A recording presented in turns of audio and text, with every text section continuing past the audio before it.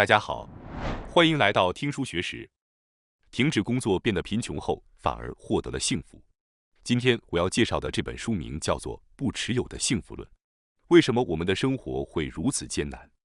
无论是看自己周围的人，还是新闻，大家似乎都面带愁容，过得很辛苦。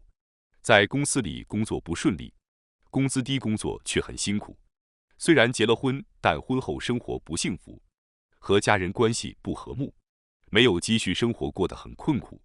每个人都有各自的烦恼和理由，但大家似乎都被某种东西追赶着，疲惫不堪，不知道是自己的错还是社会的错。就这样每日郁郁寡欢地生活着。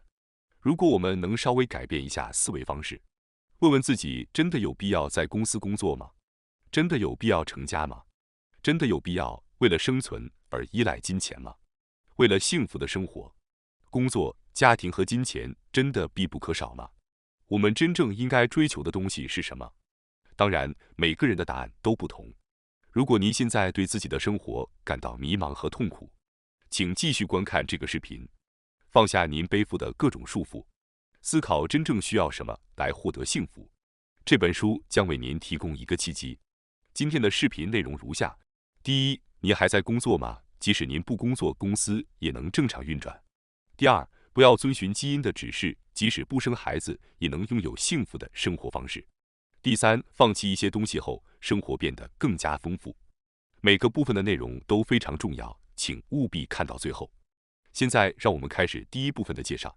每天都想睡觉，这种想法您可能不止一次有过。什么都不做，懒洋洋的睡觉是一件很舒服的事情。在想睡觉的时候能够充分休息的生活，似乎才是符合生物本性的。然而，阻碍我们顺从这种生物本能的，正是所谓的社会。快起床去上学，快起床去上班，否则就会迟到。我们总是逼迫自己，认为作为社会的一员，努力工作才是正确的。人们常常认为，既然活着，就不能浪费生命，什么都不做简直是浪费人生。这些观点在社会上非常普遍，但你有没有觉得这有点像一种宗教信仰？工作确实重要，但工作只是为了更好的生活的一种手段，而不是生活的目的。然而，我们似乎混淆了目的和手段。为了工作这个手段，我们拼命努力，甚至让自己心力交瘁，有时还会因为过劳而去世或选择自杀，这样反而更加可惜。早上慢慢起床，看看网络或读读书，心情好时出去散散步或旅行，这样的生活本该是理想的，但总让人觉得这是富人的特权。而且，即使真的尝试不工作，选择过悠闲的生活，也会产生一种莫名的恐慌，最终还是会选择工作。很多人害怕什么都不做，怕被社会所淘汰。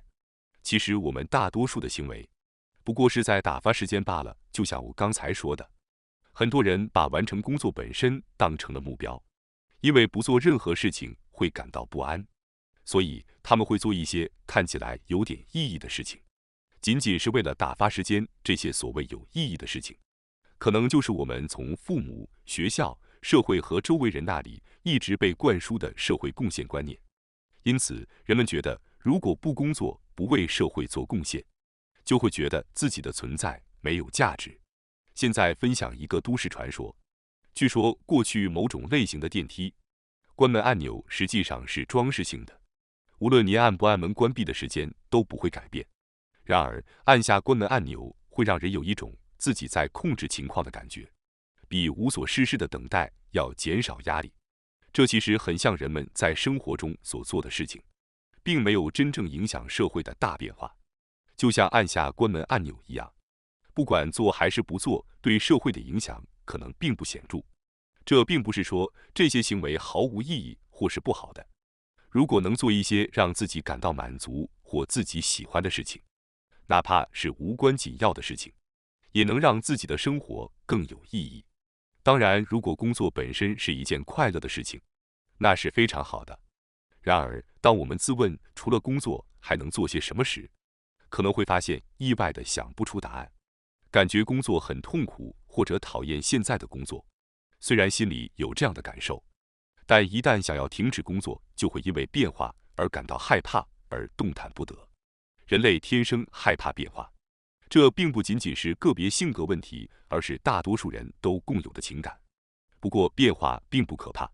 如果您害怕辞掉工作，作者想告诉您的是，您只需要做您想做的事情就好。世界上确实有很多在正规企业工作、赚取丰厚薪水的人，然而这些人中也有很多人对金钱的使用颇为随意。他们经常在高档餐厅喝酒，买下不必要的奢侈品或汽车，住在过大的房子里，或者将资金投入股票和外汇交易中。这种对金钱的使用方式真的能给您带来真正幸福吗？当然，很多人可能更希望减少工作量，牺牲一部分收入，以换取更多的自由时间。有些人在没有周末计划时会感到不安，有些人退休后会觉得每天都空虚。不做任何事情确实是一种痛苦。我们之所以做事情，很多时候是因为无法忍受无所事事。即使是工作繁忙的人，如果他们突然倒下或者退休，周围的人或者新人很容易填补他们的空缺。工作并不是我们生存意义的全部，即使我们在工作中找到了存在的意义，一旦我们不在了，生活也会继续。在一个人的一生中，我们努力与否，实际上很多时候并没有太大区别。即使您完成了一些小事，50年或100年后，大多数事情都会被遗忘。您的人生并不是为了工作而存在，工作只是生活的一部分。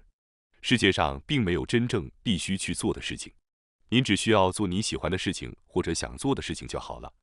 长期做讨厌的事情会伤害身体和心灵，甚至可能导致生病或过早离世，这样并不会带来太多实际的收获。在困难时期，及时逃避也是一个明智的选择。大多数情况下，世界会像什么事情都没发生一样继续运转。当您不想做任何事情时，完全可以什么也不做，没有必要勉强自己去做什么。几个星期甚至几个月什么都不做，自然而然会感到无聊，然后自己会想要做些什么。那时候做自己想做的事情，这才是真正符合您自己的生活方式。如果您不喜欢工作，但又害怕辞职的话，请尝试意识到以下的事情：重要的是过程，而不是结果。认为自己必须做或者不得不做的事情，只要稍微改变思维方式，可以随意增加或减少。真正必须做的事情并不存在，那不过是一种幻想。我们之所以拼命工作，甚至磨破了心，只是因为我们希望相信人类是一种需要做某些事情才不会疯狂的生物。就像之前所说，工作只是为了达到更好的目标，是手段而非目的。如果误解了这一点，很多人在努力工作多年后达成目标的时候，会感到迷茫，不知道接下来该做什么。退休的时候，许多人会感到像空气被抽走般的虚脱感。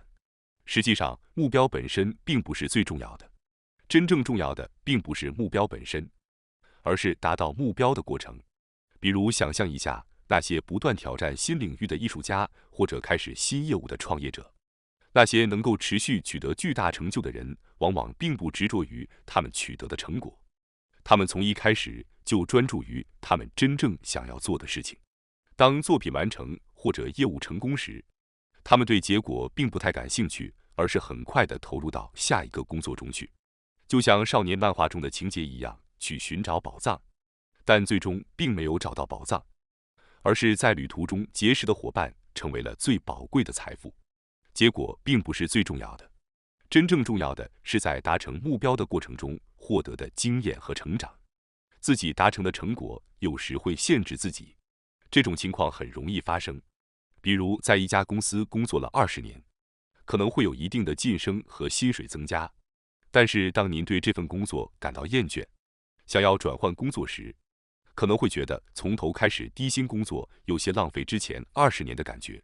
如果无法在新工作中运用您掌握的专业技能和成就，可能会感到遗憾。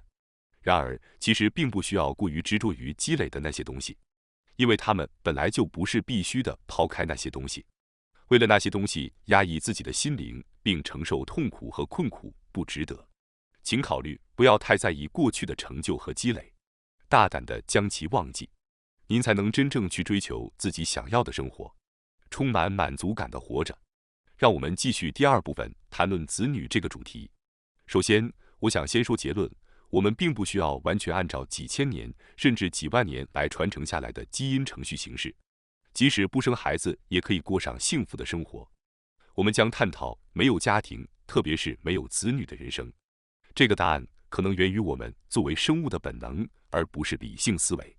从某种意义上说，这是正确的回答，因为生物的遗传基因中刻着这样的信息：首先，生育孩子并感受其中的浪漫是一件了不起的事情。两个人类结合会导致新生命的诞生，这看似理所当然，却又充满神秘感。有了孩子，他们成为您身边的家庭成员，可以减轻孤独感。在社会评价中，拥有家庭并育儿被视为正当行为，这种观念至今仍然根深蒂固。此外，渴望生育孩子的情感也是很自然的。人类的寿命虽长，但大约只有100年左右。想到自己死后仍有后代延续，自己的基因得以传承时，会感到一种不空虚的满足感。想象自己由父母而来，然后自己又生育孩子，接着一代又一代的延续下去，这种参与宇宙大循环的感觉非常强烈。因此，生育孩子具有极大的影响力。无论是作为生物，还是作为生活在人类社会中的存在，生育孩子似乎都是正确的选择。然而，将生育孩子和拥有家庭视为唯一正确的道路，也会令人感到窒息。父母可能会给予您早早生孩子的压力，这种情况会使无法生育孩子的自己感到不堪重负。这样的心理折磨非常痛苦。确实，10年前甚至20年前，日本的价值观认为，在20多岁的中期，早早的结婚并生育子女是很普遍的现象。这种价值观尚未完全淡出的时代，确实有些人把没有孩子看作是一种缺失。但人类的有趣之处在于生物的多样性，以及我们能够选择非常自由和多样化的生活方式。生育孩子只是众多选择之一，即使我或你选择不生育子女，人类仍将继续存在。只要有想要生育后代的人，他们可以去实现这个愿望。这样一来，我们或许能够从必须拥有家庭和生育子女的观念中解放出来。确实，生物都有保留后代的本能。只有具备保留后代行为模式的生物才能在当前地球上存活，这是理所当然的。不具备繁殖能力的生物很快就会灭绝。生存和繁殖是经过优化的行为模式，只有具备这种模式的生物才能在地球上延续。我们人类也不例外，经历了长期的进化，从类似猿的状态才得以生存下来。我们的大脑中刻印着促使繁殖行为的模式。然而，人类并非完全被遗传基因所驱使。与其他动物不同，人类的行为模式并非严格设定。在生活中，每个人都会做出各种奇怪的事情，这是因为我们的大脑高度发达，能够思考抽象和哲学问题，想象复杂的事物。尽管人类内心保留着动物的情感和行为模式，但我们不仅仅是凭借本能生活。我们拥有理性和智慧，能够控制情感和行为模式。换句话说，人类不再像简单的吃饭和繁殖的生物那样，而是开始创造语言、思想和文化，过起了复杂的生活。虽然有时会考虑到各种好坏不同的事情，但这也是人类最美好的一部分。例如，有些生物像螳螂一样，交配后雌性会吃掉雄性，因为在遗传上，这对于传递基因是有效的。虽然有点令人心生怜悯，生物基因的传递方式基本上只是复制和增加，但人类不仅仅是遗传的搬运工，我们不仅可以繁殖后代，还能在人生中找到各种各样的价值。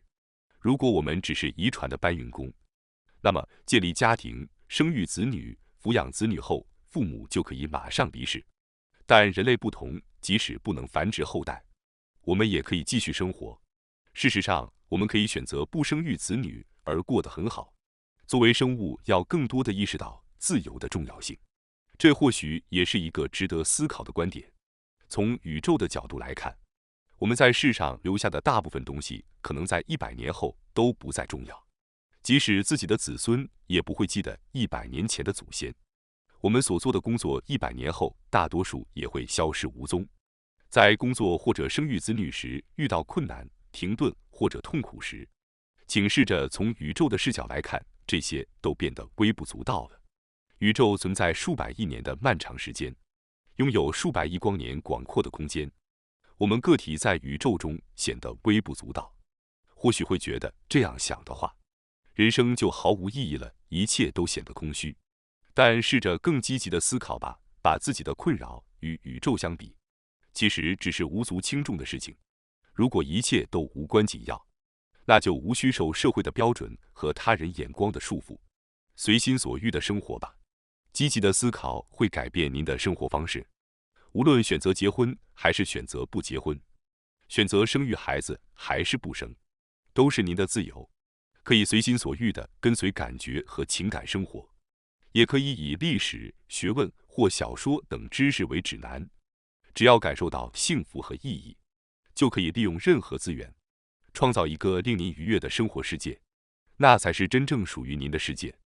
每个人都有能力做到这一点，这难道不是人类最有趣的地方吗？每个人从生存意义中选择的依据各不相同，正是这种多样性赋予了世界复杂和有趣的特性，并且强调幸福不必依赖于传统的家庭和生育子女。每个人可以根据自己的个性寻找真正的幸福。接下来第3部分，放弃一些东西后，生活变得更加丰富。作者尽可能地想要过着少工作多生活的生活方式，他几乎不工作，仅依靠最低线的收入生活。他的年收入大约在100万日元左右，用于支付房租、水电费和通讯费。每月余下的4万日元左右则用于食物和娱乐开销。说到娱乐，他喜欢光顾二手书店和漫画咖啡店，并且尽管这些爱好并不需要很多钱，但他觉得完全可以享受生活，可以在喜欢的时间起床，根据当天的心情行动，比如散步、阅读、烹饪或者和猫咪玩耍。感到困倦时就休息。相比在公司工作时，他觉得这种生活更让他感到幸福，因为他能够按照自己的步调和节奏生活，而不是被工作的节奏所奴役。首先，让我们探讨相对于工作而言，日常生活更有趣这个话题。作为公司的白领，完成分配的工作，赚取报酬，努力在社会中展示自我。有些人能从中找到意义，认为这很有价值。但也有人感觉工作之外的生活和个人感受没有联系，觉得这样很无聊。作为人类社会的一员，以工作为中心可能会觉得单调乏味，不如按照自己的节奏生活。实际上，即使过着普通的生活，也会感到忙碌，但不会觉得索然无味。即使不特意花钱去国外旅行，只要用不同的视角看待日常生活，也会发现很多有趣的发现和乐趣。拥有很多财富当然是一种幸福，但学会不同的视角也是一种财富。烹饪就是一个典型的例子。作为一项爱好和技能，烹饪有着深刻的内涵。享用美味的食物也是感受幸福的时刻。无论是烘焙面包、制作乌冬面，还是酿造味噌，每种技能都需要不同的技巧。烹饪是一种能够终身享受的身边爱好之一。日常生活中有许多有趣的事物，比如简单的种植蔬菜和花卉也是非常有趣的活动，不仅不需要花费很多钱，看到果实的成长过程，您还会增加很多成就感和幸福感。此外，这还能节省食物开支，效果非常好。散步也是一种非常有益的爱好，即使在同一个地方居住多年，偶尔走进一条小巷，也会突然发现如此近的地方竟然有如此美丽的风景。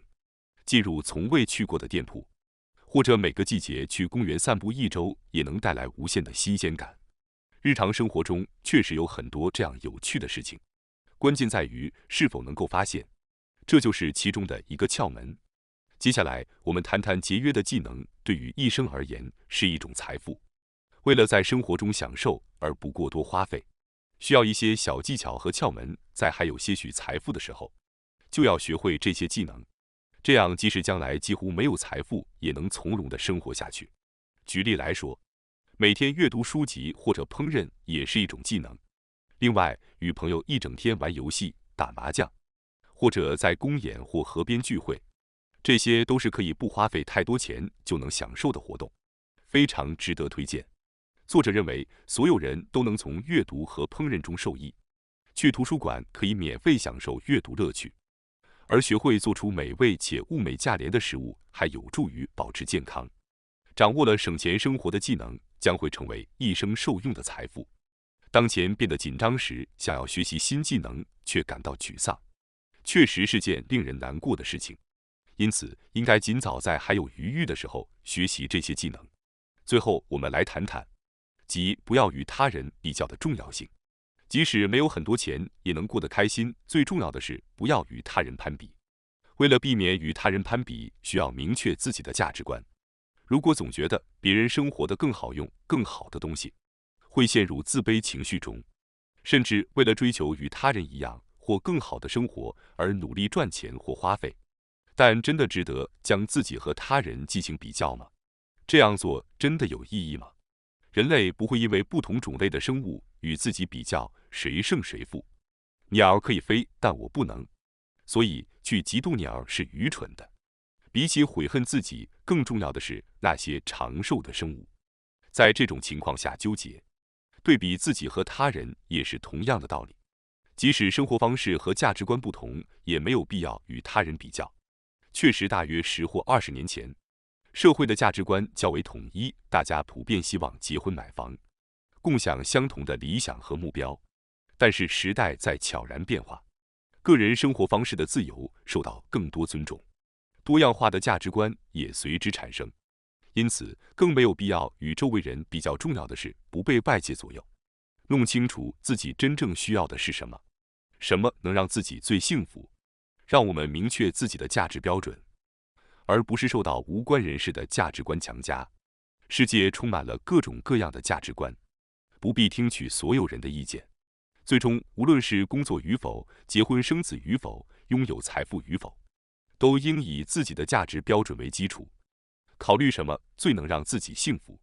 实现自己的幸福是最真实的生活方式。感谢大家收看今天的节目。如果你喜欢我们分享的内容，记得点赞、订阅并开启小铃铛通知，第一时间获取我们的更新。在下次的节目中，我们将继续为大家分享更多有益的书籍。再次感谢大家的支持，我们下期再见。